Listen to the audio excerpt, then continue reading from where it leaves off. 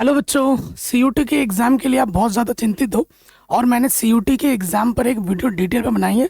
Short and simple 12 minute की video है।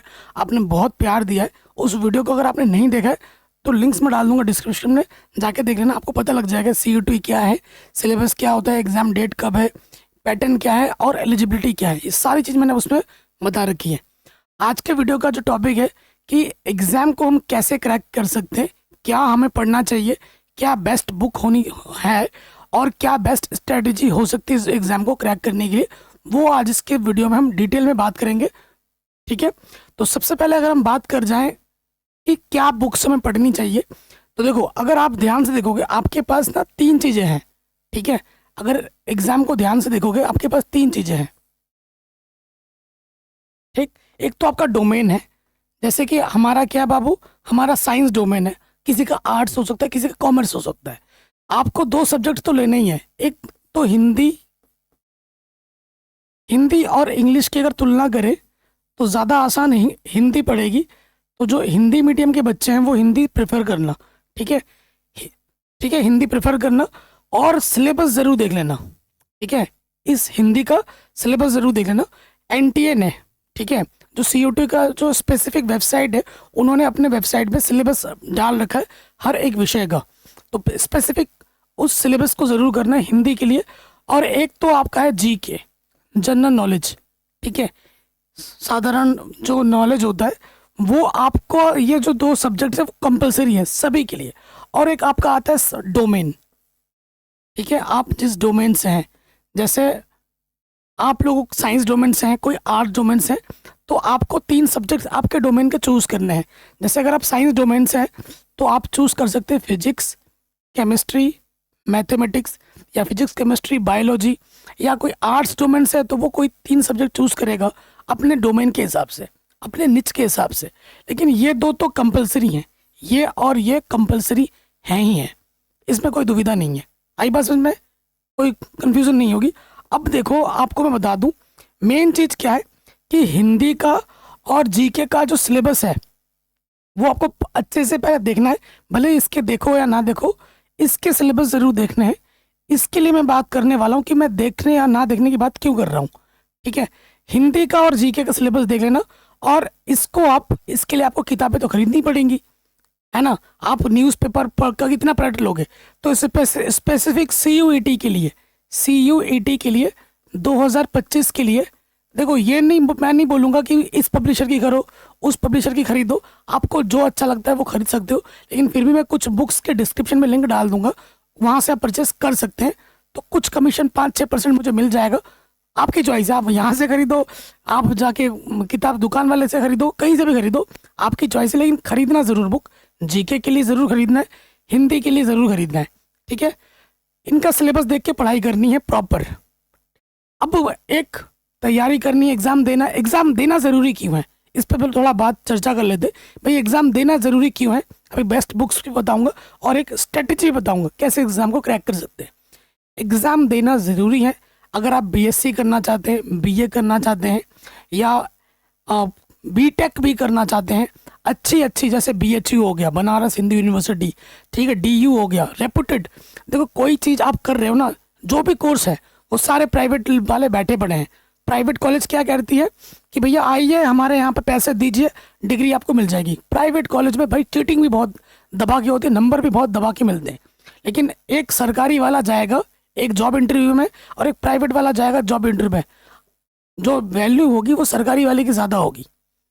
ठीक, ठीक है, सरकारी कॉलेज में अगर आप इस एग्ज़ाम को छोड़ दो, किसी सरकारी, आपके अगल बगल में कोई भी सरकारी कॉलेज होगा ना, उसमें जाके आप चाहिए एडमिशन लेने के लिए, आपको पता लग जाएगा आपकी वैल्यू कितनी है। भाई, मेरिट लगती है, मेरिट लगती है और उसके बाद आपका नंबर आता है बड़ा मुश्किल से। ये तो नॉर्मल आपके पड़ोस का कॉलेज की बात कर रहा हूँ, और ये तो रेपुटेड कॉलेज है पूरे इंडिया की। ठीक है, यहाँ अगर आपका एडमिशन हो गया तो आपको अच्छा, देखो, आपके डिग्री की एक अलग वैल्यू होगी। ठीक है, आपके डिग्री की एक अलग वैल्यू, अच्छी पढ़ाई यहाँ होती है, स्कॉलरशिप अच्छी सी मिल जाती है, रहना खाना भी कभी कभी यहाँ पर अच्छा मिल जाता है। मेरे घर के पड़ोसी, मेरा एक स्टूडेंट 98% है आर्ट साइड से। ठीक है, उसका 10th में बहुत अच्छे नहीं, लेकिन उसको चूज करना था आर्ट्स। आर्ट्स लेके पढ़ा, 98% उसने CUT क्रैक किया। आज बनारस हिंदू यूनिवर्सिटी से पढ़ रहा है आर्ट्स से, ठीक है, ड्राइंग से, और वो उसमें फोड़ रहा है और वहाँ पर उसको सारी फैसिलिटी मिल रही है। तो ये फैसिलिटी आपको भी मिल जाएंगी, स्कॉलरशिप भी मिलता है, ठीक है, ये ध्यान रखिएगा। तो इसलिए ज़रूरी है। इवन आप बीटेक वगैरह भी कर सकते हैं अच्छी अच्छी यूनिवर्सिटी से, ठीक है। तो ये चीज़ हो गई, क्यों करना है मैंने बता दिया। अब हम बात करेंगे कि एक स्ट्रेटेजी क्या होनी चाहिए, क्योंकि ज़्यादा समय नहीं है, 1 महीना ही है। आप सेल्फ स्टडी करके आराम से इस एग्ज़ाम को क्रैक कर सकते हैं। मिनिमम आपको डेली घंटे में, क्योंकि एग्ज़ाम वगैरह ओवर हो चुके हैं, तो कम से कम अगर आप डेली 5 से 6 घंटे अगर पढ़ते हो, 5 से 6 घंटे एक साथ नहीं पढ़ रहे, आप क्या पढ़ो, सुबह 2 घंटा पढ़ लो, ठीक है, और दोपहर को 2 घंटा 3 घंटा पढ़ लो, और उसके बाद शाम को 2-3 घंटा पढ़ लो। ऐसा टाइम बांट दोगे। आपको ये मैं नहीं कर रहा हूँ कि एक साथ पढ़ना है। सुबह आप 7 बजे उठ गए, 7 से 9-10 बजे तक पढ़ लिया, 11 बजे तक पढ़ लिया, उसके बाद रेस्ट कर लिया, उसके बाद शाम को दोपहर को उठे या 3 बजे उठे, 3 से लेके 6 बजे तक पढ़ लिया, हो गया। उसके बाद थोड़ा घूमने चले गए, रात को 7 से लेके 10 बजे तक पढ़ लिया। इतना भी पढ़ लोगे ना तो आप एग्ज़ाम आराम से क्रैक कर सकते हो, क्योंकि एग्ज़ाम आपके डोमेन स्पेसिफिक है। हिंदी आपके डोमेन से रिलेट करता है, जो आपने पढ़ रखा है, जो आपने सीख रखा है, वहीं से आता है। जीके थोड़ा एक्स्ट्रा हो गया है। अब इस एग्ज़ाम को क्रैक करने के लिए आपको मैं सबसे पहले बता दूं, PYQ ज़रूर लगाने हैं। विगत वर्षों के प्रश्न पत्र, जब से CUT हो रहा है, देखो हर डोमेन, मैथ की, केमिस्ट्री की, फिजिक्स की, हिंदी की, सभी के अलग अलग पेपर्स हैं। अगर आपको पेपर्स चाहिए, नहीं है आपके पास, मैं आपको पेपर विद सोल्यूशन फ्री में प्रोवाइड करा दूंगा। टेलीग्राम की लिंक्स मिल जाएगी डिस्क्रिप्शन पे। आप कमेंट करके मुझे बता देना कि सर ये सब्जेक्ट चाहिए, ये सब्जेक्ट है, इसका मुझे पेपर चाहिए, ठीक है, मतलब फिजिक्स की चाहिए, केमिस्ट्री की चाहिए, मैथमेटिक्स, कोई भी सब्जेक्ट चाहिए, मुझे बता दो, मैं आपको क्वेश्चन विद सोल्यूशन प्रोवाइड करा दूंगा, ठीक है, क्वेश्चन विद सोल्यूशन प्रोवाइड करा दूंगा। तो PYQ सबसे रामबाण है, ठीक है। एक चीज़ मैं यहाँ बताना चाहता हूँ, देखो जो चीज़ आपने पढ़ी है उसको एक बार रिवाइज करो, वहीं से ही आना है। और इसके कॉन्सेप्ट बेस्ड क्वेश्चन जो है, ज़्यादा लंबे चौड़े क्वेश्चन करने की ज़रूरत नहीं है। कॉन्सेप्ट बेस्ड क्वेश्चन प्लस जो ऑब्जेक्टिव क्वेश्चन है, क्योंकि पेपर फॉर्मेट ऑब्जेक्टिव है, ऑब्जेक्टिव क्वेश्चन कीजिए जितने ज़्यादा से ज़्यादा हो सके।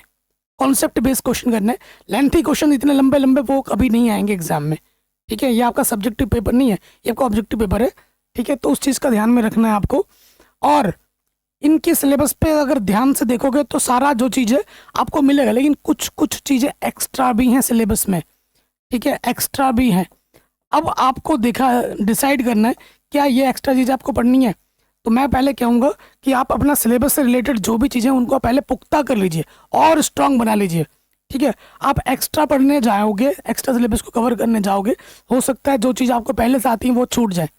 तो जो चीज़ हमें पहले से आती है, जो हम बोर्ड एग्जाम देखे हैं, उसको हम और मजबूत करें कि उन टॉपिक से क्वेश्चन एग्जाम आए तो छूटे ना। जब वो सारा सिलेबस हमारा हो चुका होगा, सारे क्वेश्चन हमारे बन चुके होंगे, तो जो सिलेबस में थोड़ा बहुत 2-3 टॉपिक एक्स्ट्रा हैं, 2-3 टॉपिक एक्स्ट्रा हैं, उनको हम पढ़ सकते हैं यूट्यूब में सिलेबस ढूंढ कर।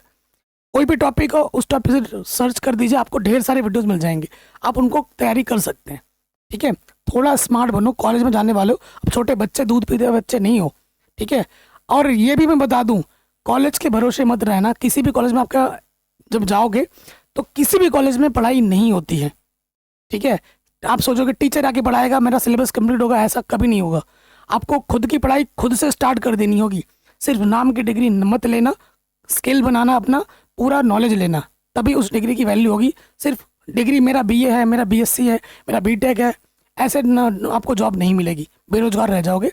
डिग्री की अहमियत समझनी है, डिग्री बनानी है, तो उसका सारे सब्जेक्ट्स का नॉलेज, प्रैक्टिकल स्किल सारा डेवलप करना पड़ेगा, तभी आपको एक जॉब अच्छी मिल पाएगी, ठीक है। तो देखो, बुक्स तो लेनी है, इस स्पेसिफिक डोमेन्स की भी बुक आती है, ठीक है, डोमेन की भी बुक आती है। मैंने देखी अरिहंत की आती है, अरिहंत वाले तो हर चीज़ का पब्लिश कर देते हैं, तो आप उनकी ले सकते हो। जो कोई अच्छी लग रही है, आपको मार्केट में मिल रही है, उनकी लेके आप तैयारी कर सकते हो, ठीक है। मैं डिस्क्रिप्शन लिंक डाल दूंगा। हिंदी की ज़रूर खरीद लेना, सबकी एक एक बुक ज़रूर खरीद लो, प्रैक्टिस के लिए बुक बहुत ज़रूरी होता है, तो आपकी अच्छी तैयारी हो जाएगी। मिनिमम आपको 6 to 7 आवर पढ़ना ही पड़ेगा लगातार, 1 महीना। टाइम डिवाइड कर लेना, एक साथ मत पढ़ना, मिनिमम इतना तो पढ़ना पड़ेगा। उसके बाद जितना ज़्यादा तैयारी करोगे बहुत है, क्योंकि इन एग्ज़ाम में करीब 15 लाख बच्चे से ज़्यादा भरेंगे फॉर्म, और उनमें आपका चयन होना है, टॉप यूनिवर्सिटीज़ है इंडिया की, ठीक है। तो अच्छी एजुकेशन पाने के लिए थोड़ा मेहनत तो करना ही पड़ेगा, बाकी हो ना हो वो तो भगवान की कृपा है, भगवान का आशीर्वाद है, लेकिन मेहनत हम दबा के करेंगे, क्योंकि नॉलेज तैयारी कभी वेस्ट नहीं जाती है, ये आपके साथ ही रहेगी, ठीक है। एग्ज़ाम फीस ज़्यादा नहीं है फॉर्म की, आई थिंक 1000 से 1500 रुपये का फॉर्म है, और उसके बाद इन किताबों को आप देख लीजिएगा। तैयारी सेल्फ स्टडी करो तो बेहतर है, कोचिंग ले सकते हो, अफोर्ड कर सकते हो तो कर लो, जो अच्छा पढ़ा रहे हैं उनसे आप ले लीजिए, आपकी चॉइस है, वरना सेल्फ स्टडी बेटर है, बेस्ट चॉइस सेल्फ स्टडी ही है। कोचिंग से आपका उतना भला नहीं होगा, क्योंकि समय बहुत कम है, 1 महीने का समय बचेगा, तो सेल्फ स्टडी सबसे बेस्ट ऑप्शन होती है, ठीक है। तो बाकी आप समझ चुके हैं, मेन हथियार आपका PYQ है, प्लीज़ PYQ ज़रूर लगाइए, जितने भी सेट आपको मिल रहे हैं, ठीक है, और जितने भी साल के हैं सारे सेट्स लगाने हैं। बाकी पेपर के लिए ऑल द बेस्ट।